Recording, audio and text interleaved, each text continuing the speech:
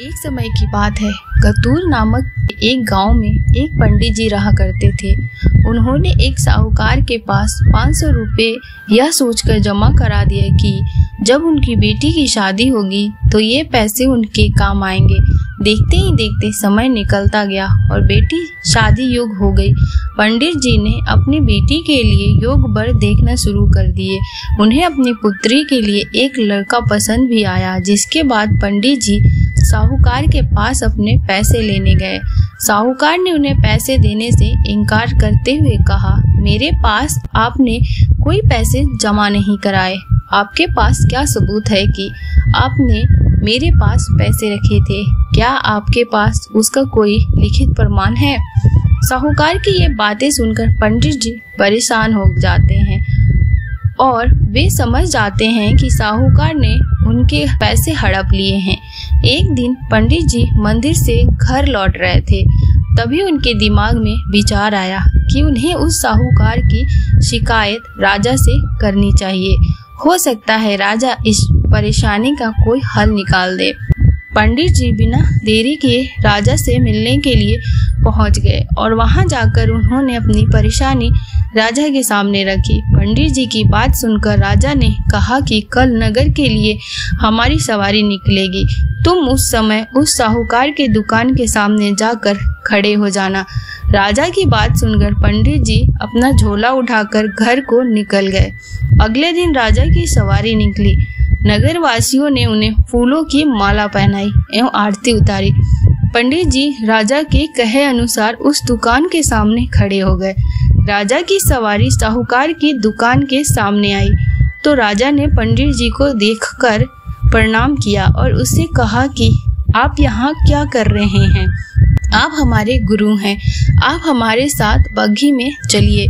पंडित के बग्घी में बैठने के बाद साहूकार ने राजा की पूजा की और उन्हें फूलों की माला पहनाई। उसके बाद राजा की बग्घी आगे बढ़ गई। पंडित जी को कुछ दूर आगे जाने के बाद राजा ने बग्घी से उतार दिया और बोला कि मैंने अपना काम कर दिया, अब आगे देखो क्या होता है। पंडित और राजा के संबंध को देखकर साहूकार सोच में पड़ गया और उसकी घबराहट होने लगी कि कहीं पंडित उसकी शिकायत राजा से ना कर दे। वह घर जाकर रात भर सो नहीं पाया। सुबह दुकान पर जाकर सबसे पहले साहूकार ने अपने मुनीम को पंडित जी को सामान दुकान में लाने के कहा। मुनीम पंडित जी को ढूंढने निकल गया। कुछ देर बाद पंडित जी उसे नगर में एक पेड़ के छांव में आराम करते हुए नजर आए। मुनीम ने पंडित जी को कहा कि साहूकार ने उनको दुकान में लेकर आने के लिए भेजा है। मुनीम पंडित जी को सम्मान के साथ दुकान लेकर जाता है। साहूकार पंडित जी को आदर सम्मान के साथ बिठाते हुए कहता है, मैंने पुराने खाते की अच्छी तरह जांच की और उसमें आपने मुझे 500 रुपए दिए थे। इसकी जानकारी मिली है। यह पैसा पिछले 10 सालों से मेरे पास जमा है, जिस वजह से इसका ब्याज मिलाकर यह 12,500 रुपए हो गए हैं। फिर साहूकार ने उन्हें 13,500 रुपए देते हुए कहता है कि आपकी बेटी मेरी भी बेटी की तरह है, तो ये 1,000 रुपए मेरी तरफ से उसकी शादी के लिए है। साहूकार ने पंडित जी को 13,500 रुपए देकर बड़े ही प्रेम के साथ विदा किया। इस तरह पंडित जी को उनके अपने पैसे के साथ ही उसका ब्याज और शादी के लिए साहूकार के तरफ से 1,000 रुपए अतिरिक्त मिल गया।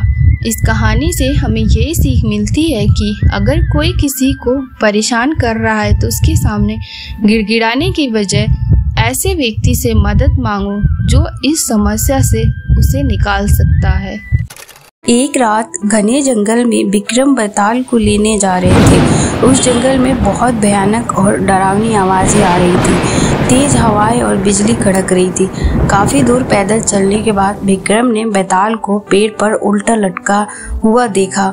विक्रम ने बैताल को कंधे पर रखा और जैसे कि आप सब जानते हैं बैताल की कहानी शुरू होती है।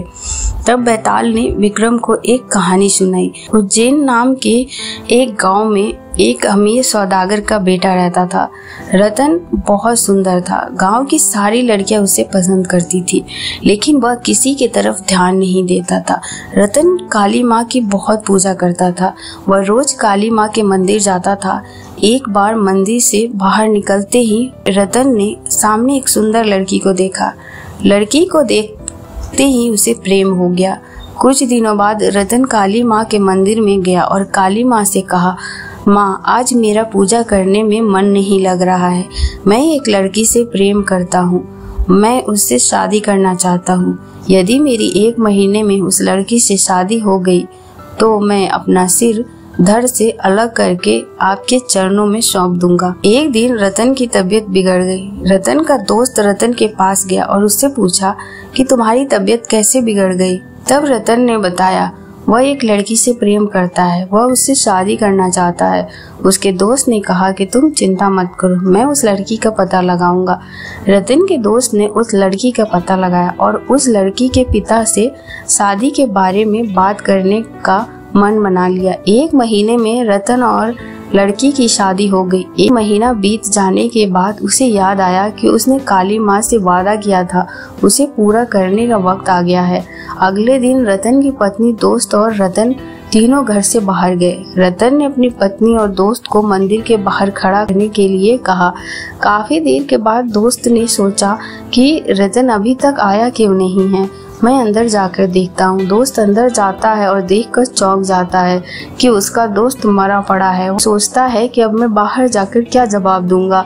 सब लोग तो यही सोचेंगे कि मैंने रतन को दौलत के लिए मार दिया है, तो वह भी अपना सिर काट देता है। काफी देर इंतजार करने के बाद रतन की पत्नी अंदर जाती है और देखती है कि वो दोनों मरे पड़े हैं। रतन की पत्नी यह सब बर्दाश्त नहीं कर पाती और वो भी तलवार उठाती है और जैसे ही अपना सिर काटने वाली होती है तभी काली माँ प्रकट होती है। कहती है, बेटी, तुम्हें अपनी जान देने की जरूरत नहीं, मैं तुम्हें एक वरदान देती हूँ। तुम सिर इनके धड़ में लगा दोगी तो ये जिंदा हो जाएंगे। रतन की पत्नी जल्दी जल्दी में अपने पति का सिर दोस्त के शरीर पर लगा देती है और दोस्त का सिर अपने पति के शरीर पर लगा देती है।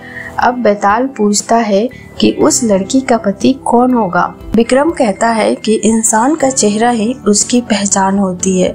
उसके दोस्त के शरीर पर पति का सिर लगा है, वही उस लड़की का पति कहलाएगा।